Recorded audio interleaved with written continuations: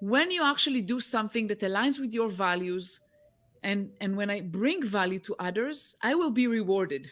And being sometimes, sometimes assertive, right, and telling what you want, like you're not gonna get away with it, like that's what I need, that's what I want, and you need to support me in my career, eventually is gonna help me. And it did. It took me some time, but it did. And I did it my own version. Welcome to Season 3 of Voices of the Goddess podcast, where we empower, inspire, and uplift women to be the goddesses they truly are. I'm your co-host, Julietta, the magical PT, owner and founder of Body and Soul PT, as well as Soul Candy, intuitive, handmade, and one-of-a-kind jewelry and artwork. I support people in finding the magic within themselves, creating balance in their body and soul. And I'm your other co-host, Graciela, published, award-winning, and professionally certified portrait photographer specializing in boudoir and personal branding. I create portraits of who you are and not just what you look like so that you can become who you've always been. Join us each week as we sit down for a heart-to-heart chat, sharing stories and insights with listeners across the globe. Laughter and tears alike abound as we access ancient wisdom in modern times through unique and exciting storytelling, supporting you on your life's journey. Welcome to the circle and enjoy the show. Good morning, everybody, or afternoon or evening, depending on what time it is, wherever you are. Welcome. I love this show so much, even though today I'm feeling a little bit blurry in my eyeballs, but you're probably right, Juliet. I just need a little rest. I will tell you that would you like to know how I started my morning? I started my morning with, actually, you know what? I'm going to make this a PSA for anyone listening. Can we talk about traffic for a second? Oh my God, yes. Okay, so you all might know we are in South Florida, a burgeoning society. And even though I only travel, a handful of miles in the morning, I had an incredible experience this morning where, as usual, every time you go outside, like you could just die in traffic at any minute. Like you're just gambling every time. And so this morning I thought I would let everyone know, by the way, if you're driving and you see your turn coming up and you see that you're going to miss it, it's okay. Like really, just take a breath and go to the next street and turn there safely, right? And then you can turn around and double back, right? Same thing on the highway. You're driving. There's 4 lanes that you have to cross because your exit is coming up. Don't feel like you have to go ahead and cross those 4 lanes and get in front of 100 cars. Just go to the next one. And then when you get off on the next one, it's a grid system, right? You get off, you just turn around, you come back on. It's going to be okay. Like, help me extrapolate this into a metaphor, Julietta, because honestly, sometimes it just feels so desperate and so crazy. And people are like, I'm going to miss my exit. And I'm like, I really promise it's going to be okay. Like, even if you miss it, right?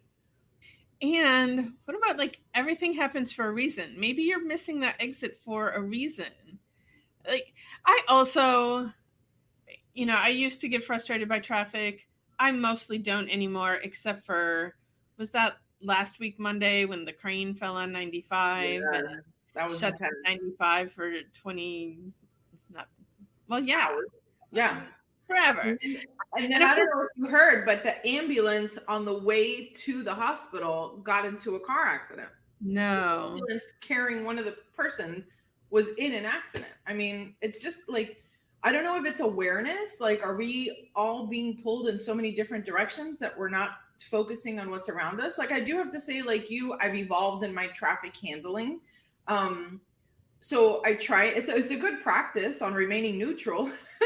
But sometimes it just blows my mind how close we just came to ruining our days, right? Like, listen, in the grand scheme of things, if my car, gets crumpled up and I need a new one, like it's just an object, right? And it's just money, but it's money and it's time and it's an inconvenience that had you just had a little more awareness, it wouldn't have been a big deal, right?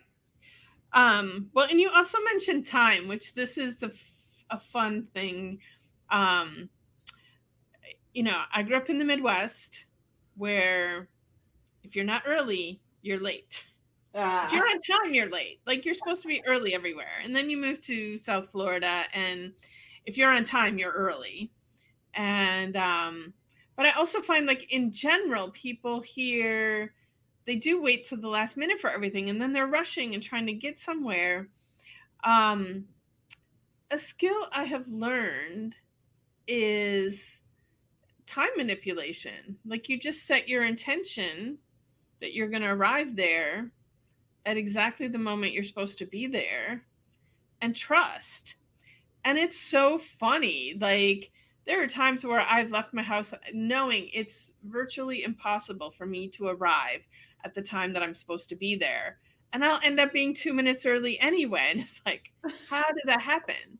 But it's a skill that people can learn to. Time is not real. We made time up. And I think you're absolutely correct. And I have done this in the past before, almost as like a little challenge to myself, where I've said, okay, normally, you know, when I'm in the matrix, right, I'm looking at this time and there's no way I'm ever going to make it.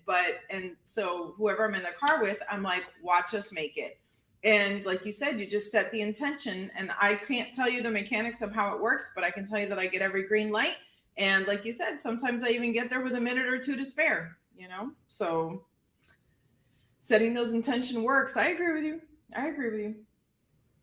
So I wish you could create pamphlets and throw them into the car next to me.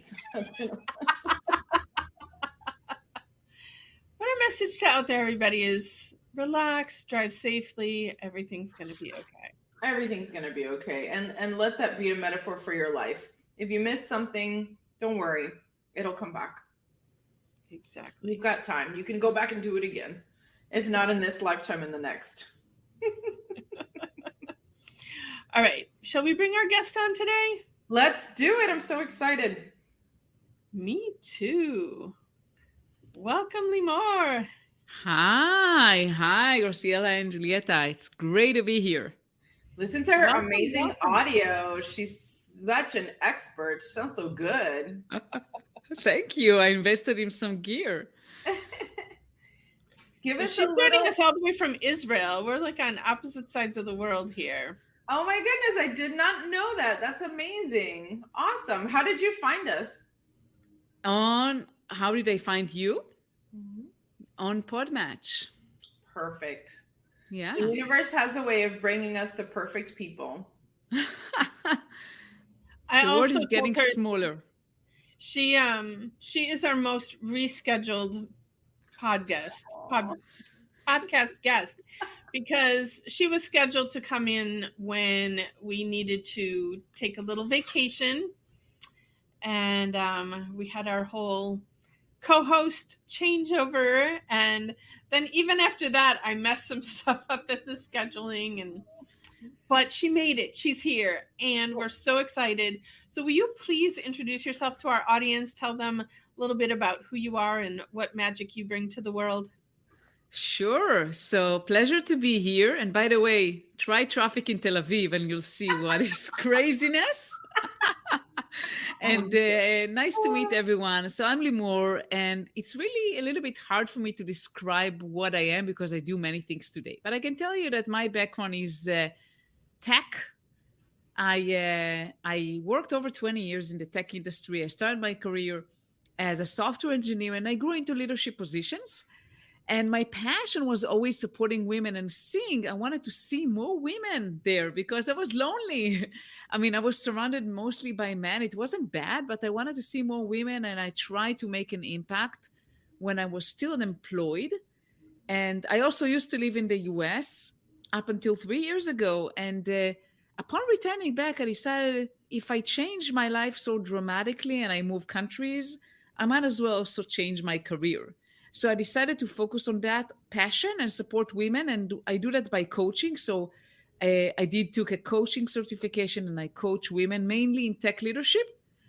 And I also do other things. I found out they actually have multiple skills and I could do more. So I do workshops. I have a lot of experience in mentorship. So I help companies run mentorship programs. And I'm happy. And I feel empowered to support others and blessed. Beautiful. And I love that you've allowed yourself to change careers. I think it was primarily the generation before us that, like, you picked your career and that's what you did, and you picked your company and you stayed with that company until you retired. And it was kind of like marriage, till death do you part. And I think we all have so much inside of us. To only do one thing in our lifetime is not enough. So I I don't think love it's that you. I don't even think it's natural. Like, I don't even think that's how we're intended to be, right? Like, that's, I mean, the most prolific time period in history, right? They called it the Renaissance. The Renaissance became Renaissance for a reason, right? Because people are multi-passionate, and it was those that just allowed themselves to be multi-passionate, right? That had that. Um, Absolutely. and how exciting that you've had so many different transitions and evolutions. I think that's so beautiful. Thank you. Yeah, I try to defy the kind of the convention that someone and I don't like titles. I'll tell you something. So I have a problem with titles because titles are boxing us into something very specific. And that's how kind of, I grew up, right? I mean, you learn a profession, you find a job, and you are boxed in a specific kind of title, and that's what you do, and that's what you can do. So I want to defy that and tell people, well, you have multiple skills, you just need to find them and allow yourself to experiment and and be. Evolve, right? Because who you are in your 20s is not who you are in your 40s, right? You have different skills and different abilities and a totally different place you're coming from. People, for me, I always say I'm a photographer right now. I have been a lot of other things, but what the common thread in all of my different avocations has been that I love helping people. I love helping people evolve. And does that mean I'm going to be a photographer forever? I don't know. Maybe yes, maybe no, but that's okay, right? Yes, Um, and you can be more than a photographer, you can be multiple things at once. well, Julietta knows if there's anything I can do. I'm on too many. I've been taking things off, but yes, I'm on a lot of boards and a lot of things. I am multi-passionate. So you're a woman after my own heart. I love storytelling. Tell me a story with everything that you've done and everything that you're doing. Especially, I love the mentoring women. Give me one of your success stories. Tell me something that keeps you going in what you're doing right now. What keeps me going is working with someone, and it can be as short as 1 or 2 sessions to more, and seeing how this woman evolved. I had, to be honest, a woman that I met only once, and Wow. she was struggling with figuring out how she was kind of stuck in a specific role, and she wanted to move up the ladder, and she was a little bit blocked, to be honest, by the company, by the HR, and all that. And we talked about it, and I gave her some insights, and after one session, she was able eventually to. I'm not saying that it happened immediately after our call, but she eventually, evolved, and she moved on, and she found a different company. So just being present in those incredible women's lives and be able to support them is what keeps me going. I think sometimes we're just looking for permission, right? Like one session, that's really amazing. That one session opened up her mind to what she needed to go through, right? So sometimes it's just that one thing that someone needs to tell you that just makes you think, you know what? You're absolutely right. That's beautiful. Absolutely. Yes. Yes. So that's why, by the way, my mentality is like I'm trying to help someone. And when I feel that they don't need my help so much, then when I tell them, okay, it's time to part ways. So I don't like selling packages and how many sessions, as many as you need, Mm. as many as I bringing you value and helping you. And when I feel like, just today I had a session, and I felt like, okay, we met for 9 sessions, and I felt, okay, it seems like that's what you need right now. And you Beautiful. need to just continue and let me know if you need my help again. I love that because in my profession too, I'm a physical therapist, in case you don't know, Lima. But uh, so often in the industry, we've got PTs like, okay, you come in. What's your diagnosis? Okay, you've got back pain. Okay, you need to come in 2 to 3 times a week for 8 to 12 weeks. And when I tell people, I see my clients sometimes one, sometimes 3 or 4. occasionally have people that have really complex histories and do require more care. But there's all this push in our industry to sell these big packages and get them in and take all their money. And I'm like, I don't want to do that. And so No. I really had to, that's why I work by myself, for myself, alone, because I'm not interested in that whole mentality of, sell them big packages, sell them big packages. No, give them what they need, give them the value that you have to give them, and then let them fly. Absolutely. And so you're motivated by the impact you're able to make. And once you realize that that impact has been, you've done that, then no need to continue, right? I mean, that's the way I believe. I believe that when you actually do something that aligns with your values, and when I bring value to others, I will be rewarded. I was just going to say, and for those worried about the money, I think comes even better when you're more honest and more authentic and more true, right? Because would I rather go to a physical therapist that needs 8 to 10 weeks to resolve my problem? Or would I rather go to Julietta with 2 visits? We're done, right? Like, that sounds like a better deal to me, And so the more of that, I mean, I would tell all my friends, right? Like, I mean, not for anything, but I actually buy PT gift certificates for my friends to Julietta. Like, I don't know if anyone else gives their friends PT gift certificates, but I do. I'm like, you need a Julietta session. That's wonderful. I don't know if other people gift sessions, but people do gift cards for sessions with me all the time. So. Only you, Julietta, only you. I've never heard any other major physical therapy conglomerate giving out gift certificates. So that's what makes you magical. All right. I want to, because we're talking about women, and you were talking about, wanting more women in tech, and women have so much to offer out there. So we'd like to know, what's one piece of advice you got from a woman that created impact in your life? Yeah, so there was a company that I worked at, and I was struggling to get to the next level. And it wasn't so much what she told me, rather than what she did. So she was a peer to me, and I saw how determined she was. She knew exactly what she wanted. She communicated that very, very clearly, and no one was gonna stop her. Like, she was unstoppable and very determined, and that motivated me to, I wouldn't say be like her, so it's be like me, my own way. But I learned from her the determination, knowing what you want, not giving up, and being sometimes assertive, right? And telling what you want, like, you're not gonna get away with it. Like, that's what I need, that's what I want, and you need to support me in my career. Eventually it's going to help me. And it did. It took me some time, but it did. And I did it my own version. That's right. I have a friend that always says, the better you treat yourself, the more it gives other women permission to do the same. And that's exactly what that woman did for you, right? Was by taking care of herself, she opened the door for you to take care of yourself. Absolutely. That's beautiful. And actions speak louder than words. This is true. I'm always one of those, I'll have what she's having people. So honestly, this podcast is so much for my own personal satisfaction, aside from our listeners, because I'm like, you know what? Limor did it. I'm going to do it too. This is great. So in imparting knowledge, do you have a particular book that you like? We're big on keeping track of what motivates folks. And do you have any books that you'd like to recommend? One of the books I really like is by Robin Sharma, and it's not The Monk Who Sold His Ferrari, although it's a great book. It's The Leader Who Had No Title.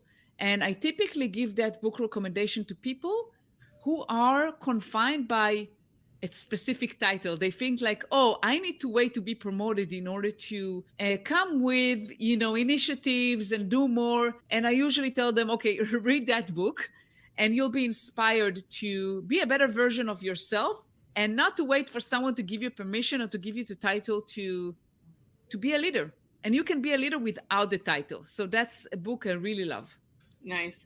We've had this question on for all of the seasons of the podcast. And sometimes I think, we're just going to keep hearing the same books over and over again. And so, let's move on to a new question. but we've had so many new books, this one included. No one has brought up that book before. That's great. So. I'm happy that I was able to bring something new. Absolutely. My dream is to have the Goddess library. At some point, I will purchase all of these books and we'll create the library, and then anybody can come. So you've made a lot of decisions, a lot of choices, taken risks in your life. What is one risk that you've taken that you know you will never regret? I don't regret anything. I'll be honest with you, because I don't believe in that. I believe in always learning from experience. You don't need to regret something you did, even if you made a mistake, because a mistake is the tool for you to learn. But if you talk about risk, actually today I went to speak with high school students. We have something called the Girls Week here in Israel, which is basically about inspiring the next generation of women leaders. It's inspiring middle school and high school students. So I went to talk to those students and talked about risks I took. And I gave them 3 examples. One risk I took is that I moved with 4 very young children at the end of 2010 from Israel to the US to Denver, Colorado, leaving a job I had, a comfortable job I had, and going to the unknown, to a place I didn't know, and to the snow and weather I was not accustomed to, and I didn't know anyone. Wow. The second risk I did was going back here to Israel in December 2019 with 4 teenagers. And again, I had a lot of unknowns. And the third one is basically decided that I'm going to leave the career path that I was at, leave everything I knew, and start my own business. So those are the 3 examples I gave them, and they all had something in common, right? It's about taking risks. It's about doing something that terrified me, something I didn't have all the answers, but I felt that was the right thing for me. I followed my instincts. I followed what I believed was the right thing to do. That is so amazing. I'm always I've lived in this country my whole life, and my parents came here from Cuba and from Spain. They immigrated to Cuba. And so I'm always so excited and impressed by people that are willing to just live in a totally different country with a different language and a different climate and different everything. And you had all your children too, which is challenging on its own. That's really, really amazing. I mean, that's a wonderful story. I really appreciate that. Thank you. There's a saying in Spanish that translates to it's a rough translation, but every baby is born with a loaf of bread under its arm. And the meaning is that we're all born with everything that we need, right? Like, you have a baby, don't worry about how you're going to feed it. Don't worry about how you're going to raise it. It all works out, right? It's going to be fine. And I thought of that when you said you moved not knowing anyone, because that sounds nerve-wracking to me, right? I'd want to know something familiar. But truthfully, you had everything that you needed within you, right? To create the life that you wanted. Yeah, I love that. Can you say that in Spanish? I love the language. In Spanish, it would be... Sorry if I put you on the spot. No, that's okay. I was just trying to remember exactly how my mom used to say it, but it was like, cada niño nace con un pedazo de pan debajo el brazo, I'll have to look it up to tell you. Yeah, beautiful. Yeah. But that's it, is that we're all born with everything that we need. Absolutely. And I also believe that we are all perfect. We are perfect, right? I told you are perfect. Everyone is perfect. And I'm not in the business of fixing people, because I worked many years in management and leadership. And a lot of times, it's kind of the org culture that we need to fix people. We need to tell them what they're not good at and fix them. I'm not in the business of fixing anyone. Everyone is perfect the way they are. I'm just helping them to find their strength and the things that they are amazing at, and let them shine more. Yeah, I will say that perfect thing, I would say we're all perfectly imperfect, but I grew up with wonderful parents who told me I was perfect all of the time, which was, how wonderful is that? Except for later on as an adult, I realized that also created limitations for me, because I stopped myself from doing things that I couldn't do perfectly.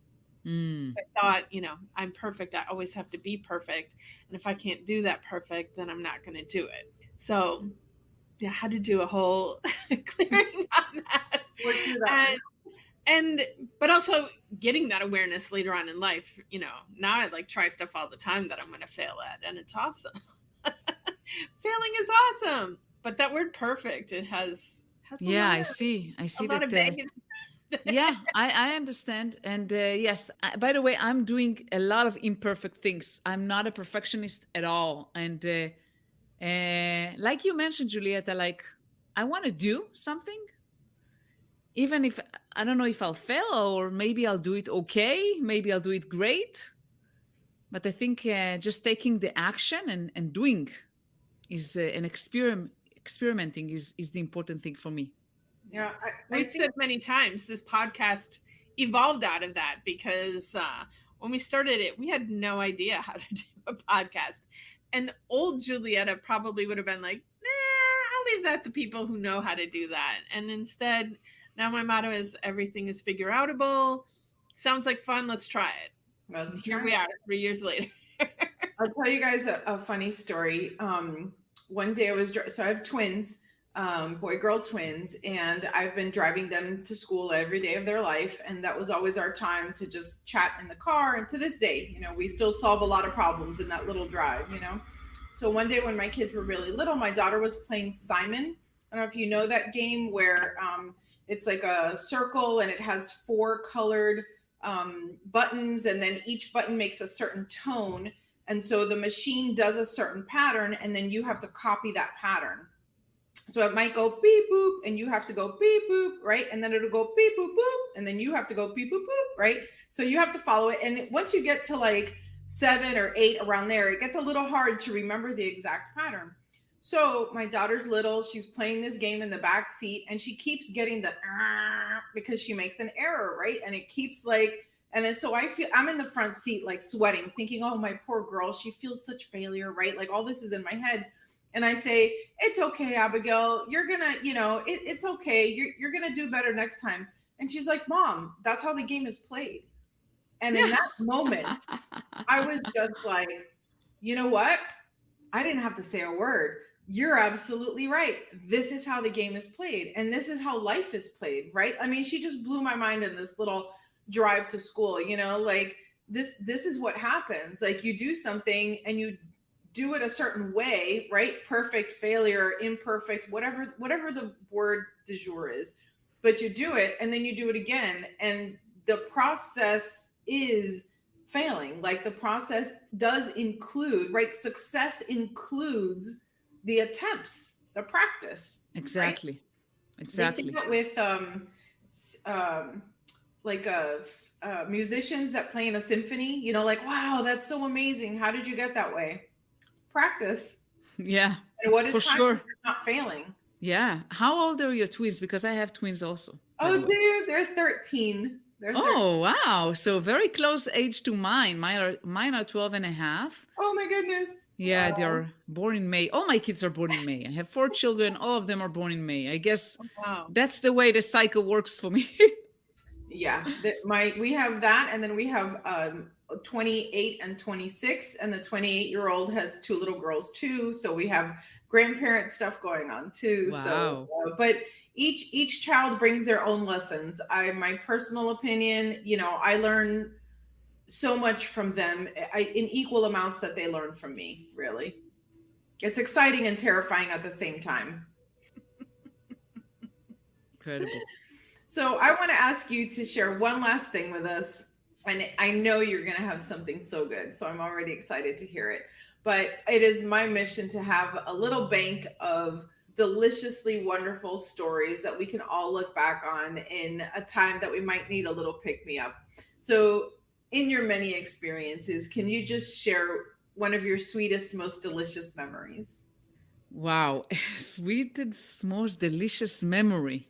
Mm-hmm. Something that makes you feel really good. Look at her big smile. If you guys are listening to this on podcast land, you have to come on YouTube and look at her smile.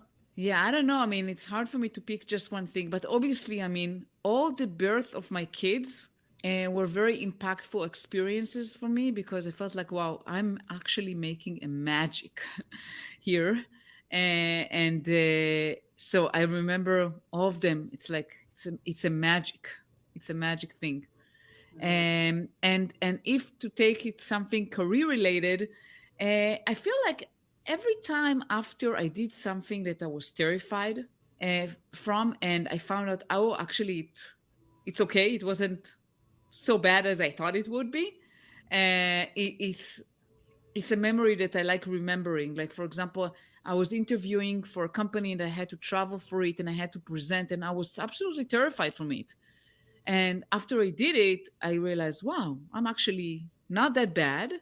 And I did it. I was so proud of myself that I overcame the fear and faced it.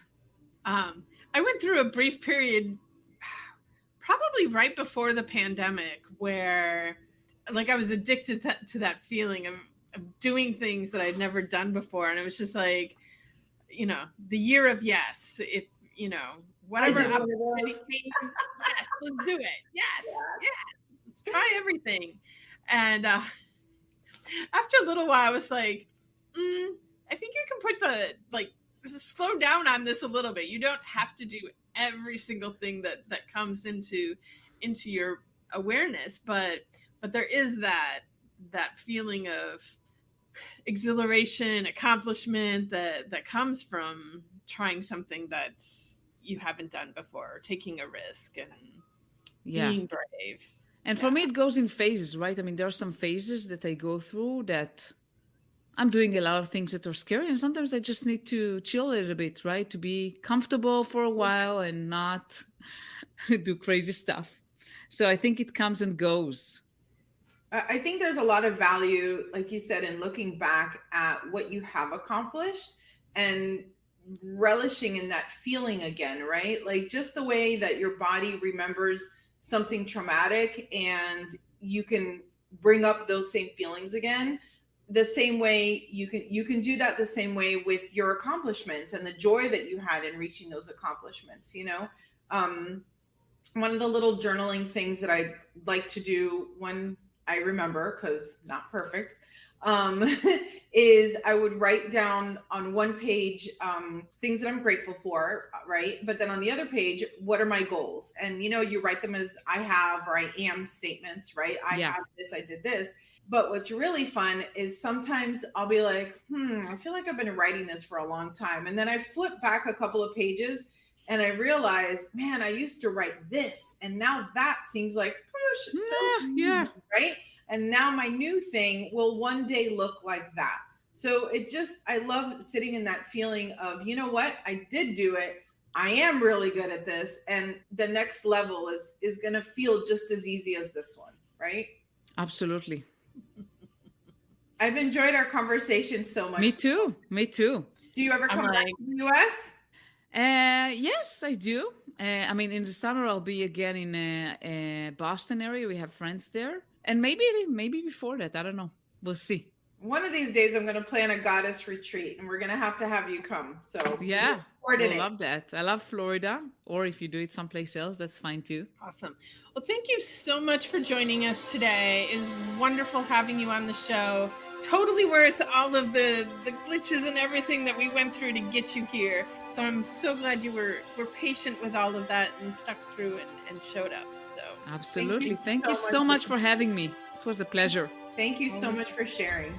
All right, everybody. Have a great day. Thank you, dear ones, for joining us today. Make sure you check out the show notes for details on how to get in touch with either Julietta, Graciela, or today's special guest. Don't forget to subscribe, review, like, and share.